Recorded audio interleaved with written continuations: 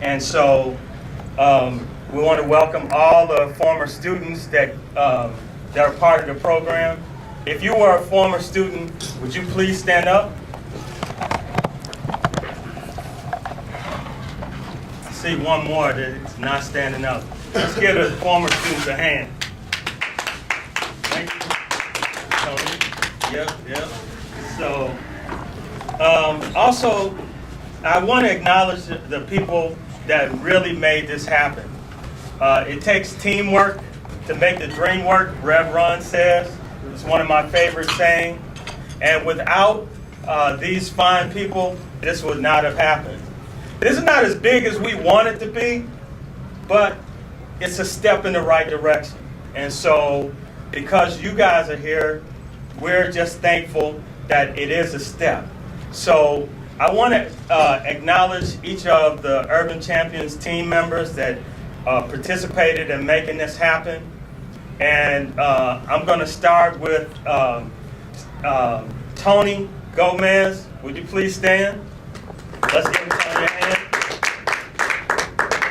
Tony helped make a lot of the arrangements for this location. He also collected the money.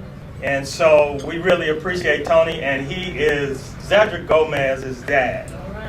All right? So. Then we want to acknowledge a brother that's actually very special to us, Steve Roach. Would you please stand up? Steve is a very talented guy. He's got a lot of great ideas. Former athlete himself. Guy who played at San Jose State a little bit. Actually knows Larnell. In fact, pledged Larnell in the fraternity. So they're pretty close. So in any event, we want to acknowledge Steve and thank him for his contribution. And now we want to actually thank two other people. And we're going to start with Sister Pauline. Please stand. Let's give her a hand. She is like our spiritual backbone. She's always praying. Man, she prays so fast. I was like, wow, how fast she prays. But it's all genuine and heartfelt. And she really gives us that kind of support. And she's so willing to help in any way she can. She actually made all the calls so that everyone could be invited. She's just a blessing to us. She made the sign, so you saw this great sign or that great sign.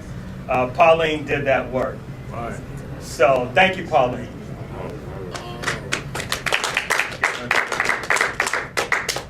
And I'd like to say last but not least is Jennifer Jones. And let's give Jennifer a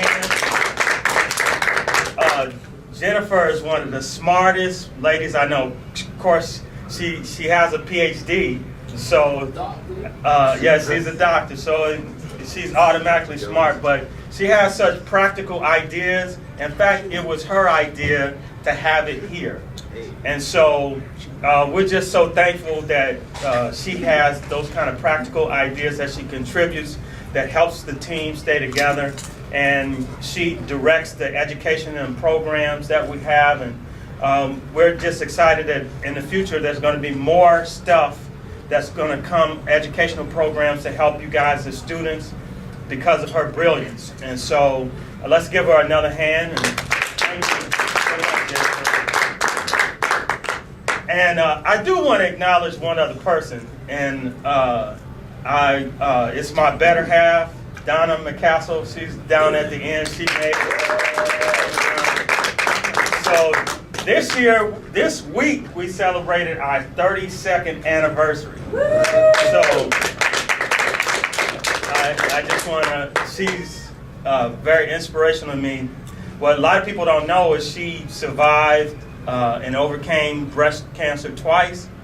And so it's just, when I think about it and talk about it, I get choked up. But she's so special to me. She took the trek from Detroit out here to be with me. and has been with me for 32 years. So I really appreciate it.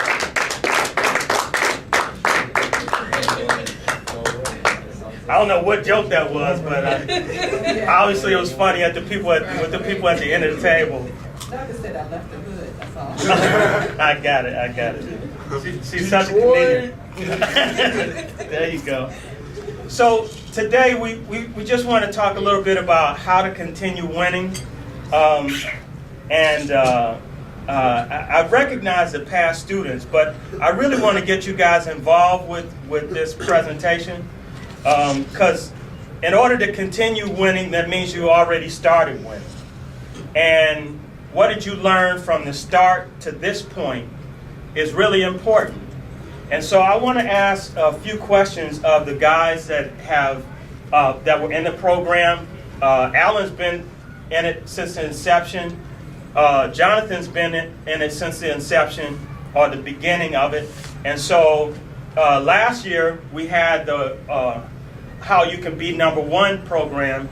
But I'd just like to ask a few questions. And would you guys cooperate with me and just share your answers or what you learned from it? So I'm not putting you on the spot too bad, right? I am putting you on the spot, but it's not bad enough where you won't answer. Okay, great. So here's the first question. Would one of you volunteer to tell me what you learned about winning from last year, from the program last year? Please stand and give your answer.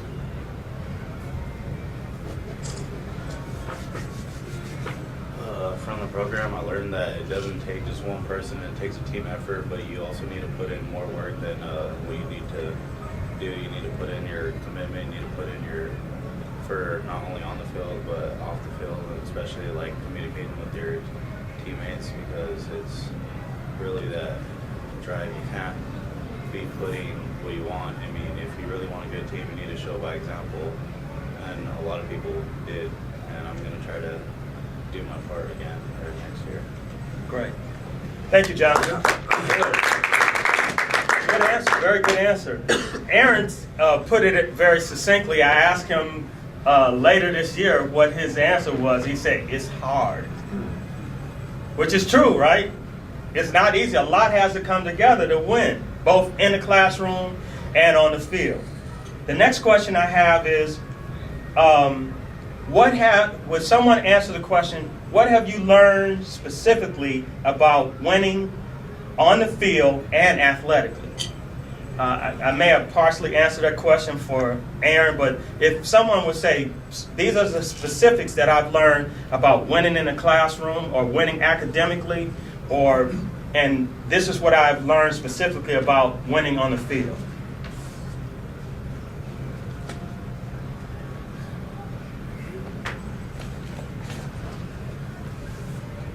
Thank you, Mr. Jones. Let's give him a hand. It looks like he has a little struggle to get up.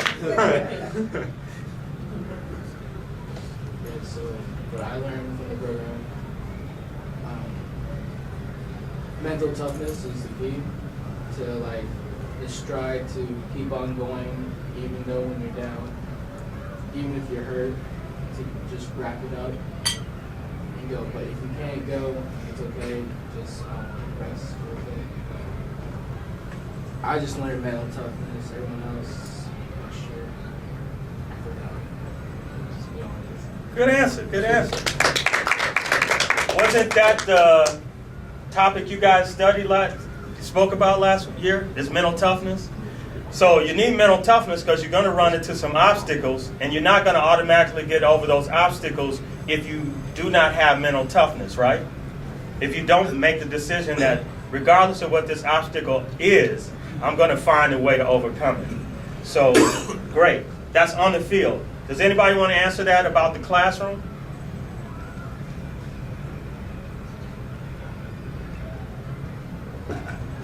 Well, I think that covers it. I mean, pretty much when you're tired, don't want to do your homework, guess what? It takes mental toughness to say, hey, I got to get down to business and make sure this homework is taken care of. Is that right? Yes. Great. Okay, so the next question I have is, what have you learned? The next question want to ask you is just a reflective question, unless you guys have any other comments. Do any of you guys have any other comments about winning that you want to? Zed, you got something you want to say? You always have something to say. I know this is true.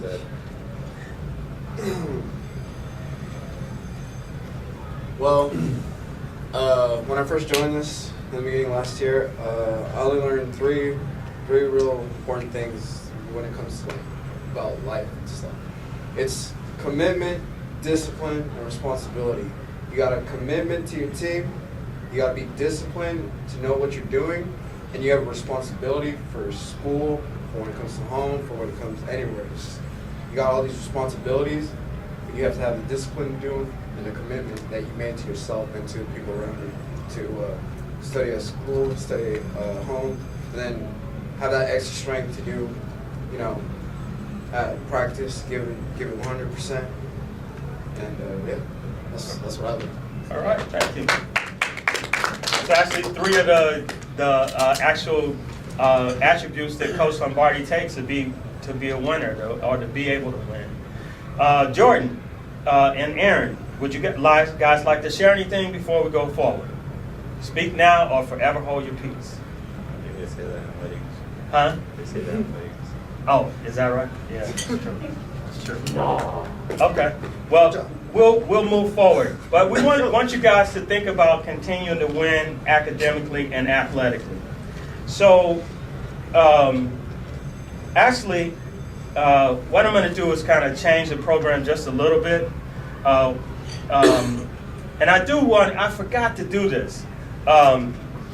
Everybody knows last year the program was effective because of one person who's here that it did a lot, and that was Avery Tillett.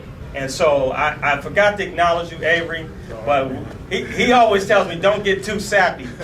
But I do want to acknowledge you, and you did. And what those guys learned, what we just talked about, had a lot to do with the work that you did.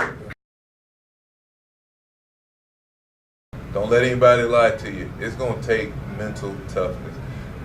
Ask your parents. There's days they don't feel like getting up and going to work. So all of it, what you talked about and what you learned, is applicable to everything that you're going to do in life. And, like I said, the thing that we want to do is to reward you guys. And rewards come. Now, there's nothing promised to you, I'm telling you this. There's nothing promised. But if are you willing to work hard, you can achieve. That's just a law of nature. If you're willing to work hard, even in the wrong way, you can achieve, but that's short-lived, and you have to live with your eyes open, and you don't want to do that, And what I want to do is just encourage y'all, you young men and parents, to try to recruit more parents. I know it's hard because we only have 24/7 and we sleep 7 of it, some of us. And you work but it's gonna pay off in the long run. So you never know what you get by just showing up sometimes. You never know. I mean, you never know, but half the battle is showing up. It's 2 different stories. And now he took advantage of that opportunity. He made it to the Olympics. He won a gold medal. He's fought in championships and stuff like that, and he's a reigning champion right now, I think, in his division and stuff. But they both are finding themselves at a waiting point in their lives. And this is gonna happen sometime.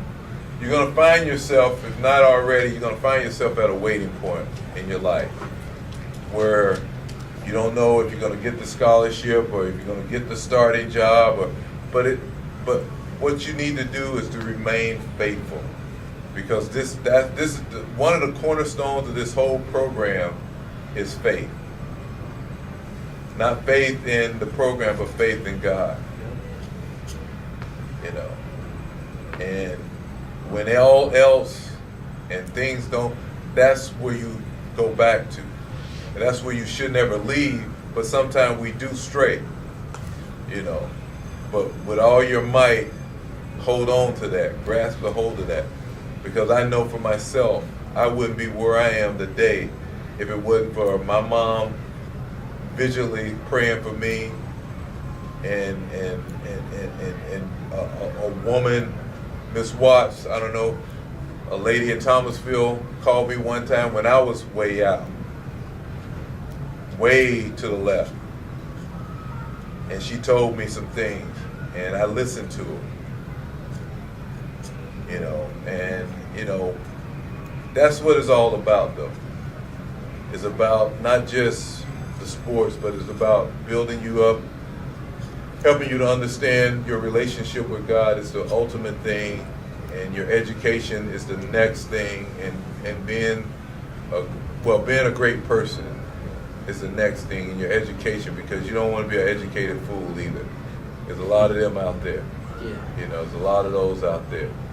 But I just want to encourage you, man, stay with the program, learn from it, grow with it, stand up, express your feelings, you know, because that's part of life. You got to stand up. You got to speak. You got to speak your voice.